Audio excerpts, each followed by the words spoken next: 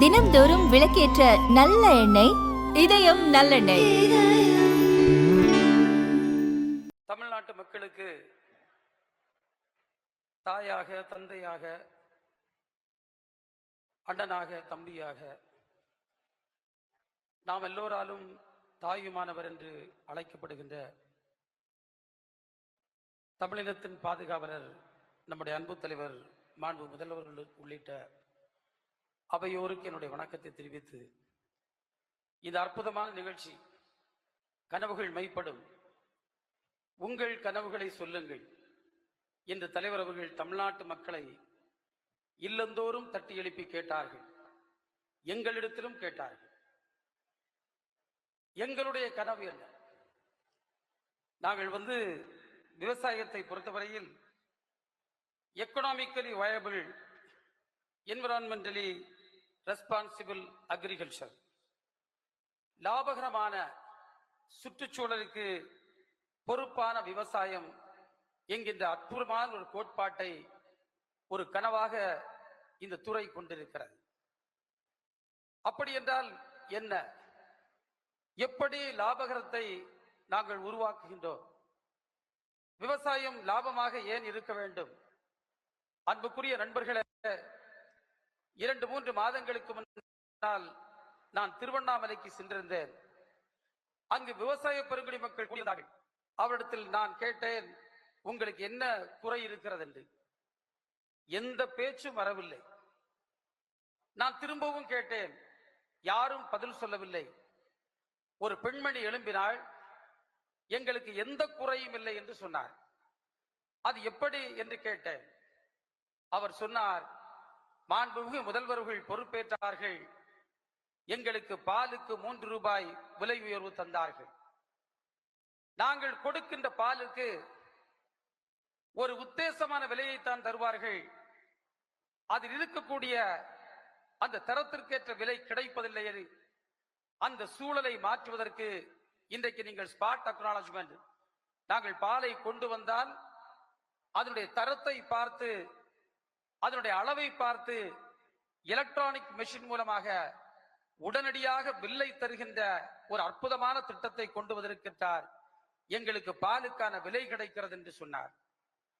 நாங்கள் கடன் கேட்டு வங்கிகளை கதவை தட்டுவோம், எங்களை மதிக்க கூட மாட்டார்கள். இன்றைக்கு கடனை தருகின்றார் என்று சொன்னார்கள், வட்டியும் குறைத்திருக்கின்றார் என்று சொன்னார்கள். அன்புக்குரிய நண்பர்களே, 15% என்று தேசியமயமாக்கப்பட்ட வங்கியில் இருந்த வட்டி 9% குறைக்கப்பட்டது. எந்த அளவிற்கு அந்த ஏழைக்கு பயன்பட்டிருக்கிறது என்பதை என்னால் புரிய முடிந்தது.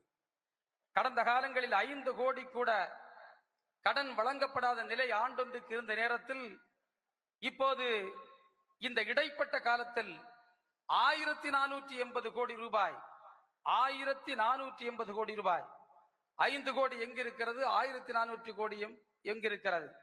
அந்த திட்டம் மக்களை சென்றடைந்திருக்கிறது என்பதை பெண்ணின் வாக்குமூலத்தின் மூலமாக என்னால் உணர்ந்து கொள்ள முடிந்தது. அது மட்டுமல்ல, இன்றைக்கு சிறு பால் பண்ணைகள் 5000 அமைப்பதற்காக இளைஞர்களை ஊக்கப்படுத்தி அந்த திட்டம் ஒரு பக்கத்தில் நடைபெற்றுக் கொண்டிருக்கிறது. இந்த பால் உற்பத்தியை பெருக்குகின்ற நேரத்தில் அதை கையாளுகின்ற திறன் பெருக வேண்டும் என்பதற்காக கட்டமைப்புகளை 70 லட்சம் லிட்டர் கையாளுகின்ற அளவிற்கு இன்றைக்கு உயர்த்துகின்ற பணியை நம்முடைய மாண்பு முதல்வர் ஒரு கனவோடு இன்றைக்கு நிறைவேற்றிக் கொண்டிருக்கின்றார் சொன்னால் அதுதான் சாதனை. அன்புக்குரிய நண்பர்களே, இன்றைக்கு மீனவ பெருங்குடி மக்களை எடுத்துக்கொண்டால், நாம் எங்களுடைய கனவு ரெசிலியன்ட் கோஸ்டல் எக்கானமி, நிலைத்த திறன் கொண்ட கடலோர பொருளாதாரம். நினைத்து பாருங்கள், இன்றைக்கு பல கார்ப்பரேட்டுகள் இன்றைக்கு ஒன்றிய அரசின் உதவியோடு கடலுடைய வளத்தை சூறையாடலாம் என்று எண்ணுகின்ற நேரத்தில், கடலோர மக்களின் வாழ்வாதாரம், கடலோர சூழியல் பாதுகாப்பு, காலநில மாற்ற தாங்குதிறன், சமூக பங்கேற்பு போன்றவற்றை உறுதி செய்கின்ற விதத்தில் நம்முடைய தலைவர் திட்டங்களை தருகின்றார். ஒரு உதாரணத்தை நான் சொல்ல வேண்டும் என்று சொன்னால், அன்புக்குரிய நண்பர்களே, கன்னியாகுமரி மாவட்டம் தேங்காய்பட்டினத்தில் ஒரு துறைமுகம் ஏற்படுத்தப்பட்டது. அந்த துறைமுகம் தலைவர் கலைஞருடைய காலத்தில் அடிக்கல் நாட்டப்பட்டு நிதி ஒதுக்கீடு செய்யப்பட்டு கடந்த அதிமுக ஆட்சி காலத்தில் நிறைவேற்றப்பட்டது.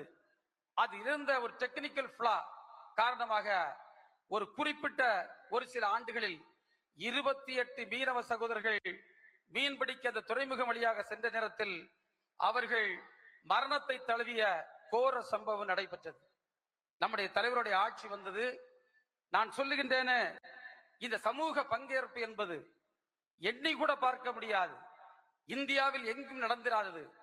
தமிழ்நாட்டில் இருக்கக்கூடிய ஐஐடி, என்ஐஓடி, CWPRS என்கின்ற 3 வல்லுநர் அமைப்புகளையும் அந்த ஊருக்கு 2 முறை அனுப்பி அந்த ஊரில் இருக்கக்கூடிய மீனவ சமூகங்களை அழைத்து பேசி அவர்களிடத்துல கருத்துக்களை கேட்டு அந்த கருத்தின் அடிப்படையில் ஒரு விரிவாக்க திட்டத்தை உருவாக்கி 253 கோடி ரூபாய் ஒதுக்கீடு செய்து 2022க்கு பிறகு ஒருவர் கூட மரணமடையாத ஒரு சம்பவத்தை இந்த அரசு சாதித்து காட்டியிருக்கிறது.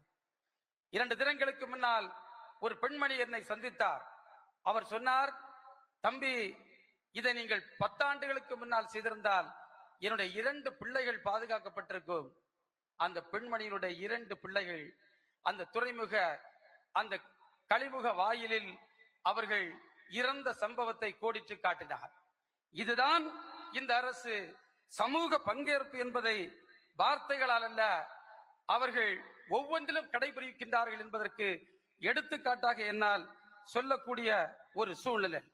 எனவே தலைவர் கலைஞர் அவர்கள் இன்றைக்கு தந்திருக்கக்கூடிய இந்த கனவு என்பது ஒவ்வொரு துறையிலும் நிறைவேற்றப்படுகின்ற விதத்தில் அற்புதமான திட்டங்கள் இன்றைக்கு தந்து, அது நாங்கள் அல்ல, மக்களே புன்முகத்தோடு நகைப்போடு அவர்கள் மகிழ்ச்சியோடு அதை சொல்லித்தான் இன்றைக்கு நம்முடைய முதல்வர்களை தாய்மானவர் என்று கூறுகின்றார்கள். நான் பேசினால் மணிக்கணக்கில் பேச வேண்டும். எனக்கு தந்திருக்கக்கூடிய நேரம் 5 நிமிடமாகையால் நான் இதனுடைய உரையை முடித்துக் கொண்டு, இப்படிப்பட்ட ஒரு அற்புதமான தலைவரின் கீழ் பணியாற்றியதை பெரும் பேராக நாங்கள் எல்லாம் கொள்ளுகின்றோம் என்று கூறி வணங்கி விடைபெறுகின்றேன். வணக்கம்.